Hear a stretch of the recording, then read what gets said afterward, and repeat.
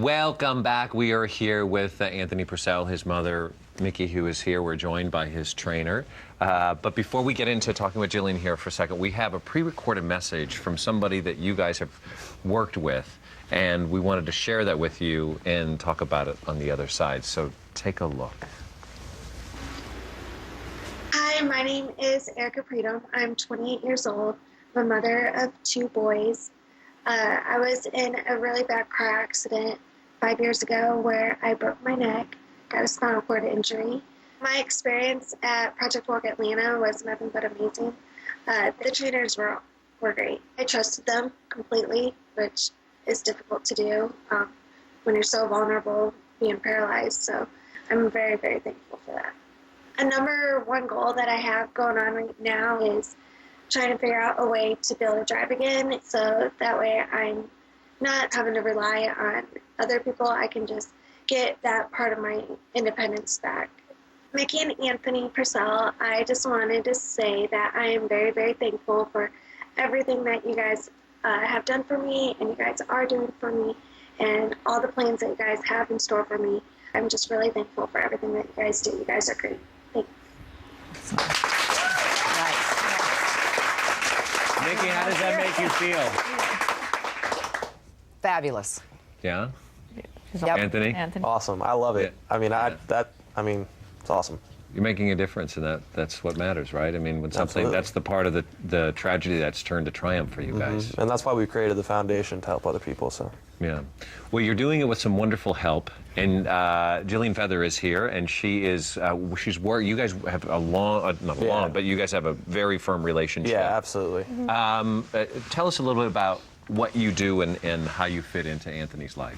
So Anthony came to Project Walk shortly after he was released from outpatient therapy, and we started working together about 2.5 years ago. I am his lead specialist for his recovery program at Project Walk, and I mean, we take him through the grinder. We train our clients like they're elite athletes. Nothing is ever done in a wheelchair. Everything's out of their chair on able-bodied equipment that we as specialists adapt for their needs and their goals and what we're working towards.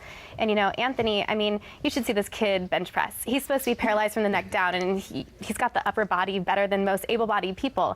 I mean, it's incredible every day to have the opportunity to basically kick someone's butt and help them down their road to recovery. You have a test that you can show us about what it feels like to actually be paralyzed. So a little bit, yeah. So I encourage everybody at home to go ahead and try this. Basically, if you put your hand flat on a table and curl your middle knuckle all the way so that middle joint is down, keep all of your fingers down, push your hand into the table, and then try to lift your ring finger up off the table or whatever surface you're working on right now. Wow. No matter how hard you try, you might get a couple centimeters off that surface, but that's it.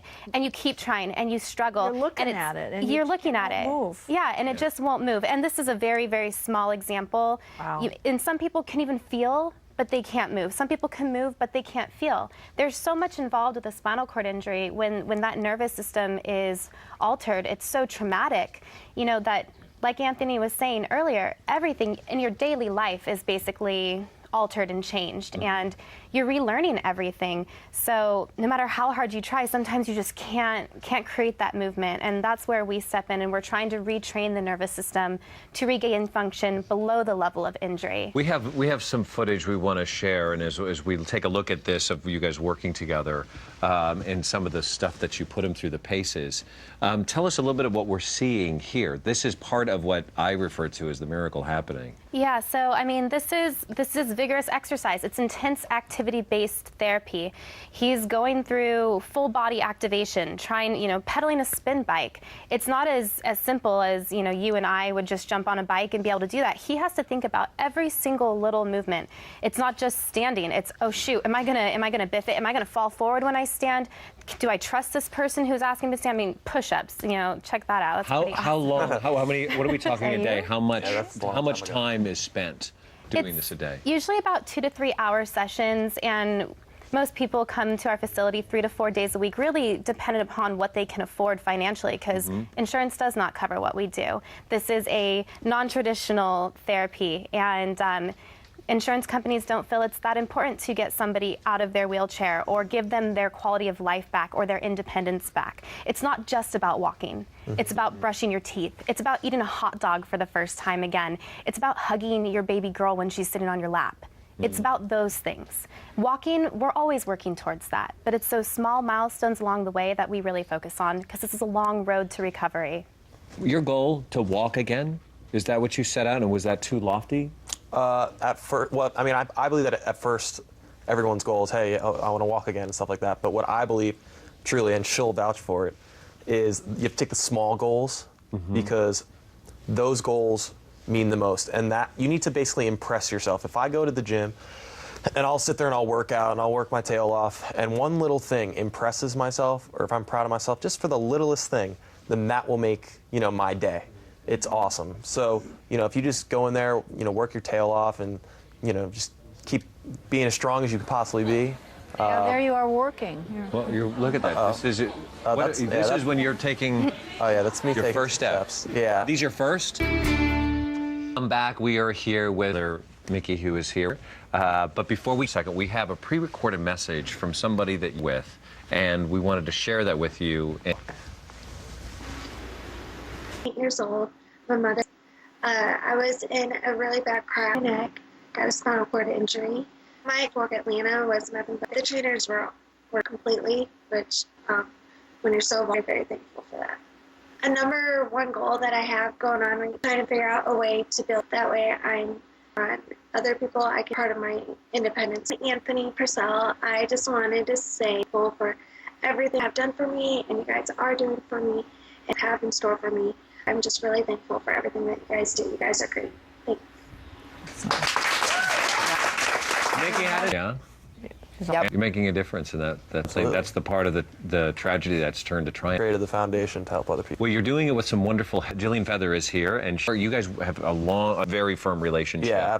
Tell us a little bit about how you fit into Anthony's life. To Project Walk shortly after patient therapy about 2.5 years ago. I am his lead specialist program at Project Walk through the grinder. We treat athletes, share everything's out of their equipment that we as needs and their goals and what we're working. Anthony, I mean, he's supposed to be paralyzed from the neck down, body better than most able-bodied day to basically kick someone down their road to recovery. That you can show us about what it be paralyzed. So you I encourage everybody at home to go ahead. If you put your hand flat on a table all the way so that and keep all of your fingers into the table and then try to lift up off the table or whatever you're working on right now. Wow. No matter, you might get a couple centimeters, but that's it. And You're looking at it, and your look just won't move. And this is a very, Wow. And some people can't move. Some people can move. So much involved with the spinal cord system is static. That earlier, everything in your body altered and changed, learning everything. So you try, sometimes you just can't, and that's where we step in the system to regain of injury. We have Aaron, as we take a look at some of the stuff that you put in. Tell us a little bit of what we're seeing of what I refer to as. So, I mean, it's intense activity based. He's going through pedaling a spin bike, as simple as, you and I be able to do that. He has to think about movement. It's not just, am I going to biff it? Am I going to fall? Do I trust this person who's asking me to stand? I mean, push-ups, check that out. That's pretty awesome. How long?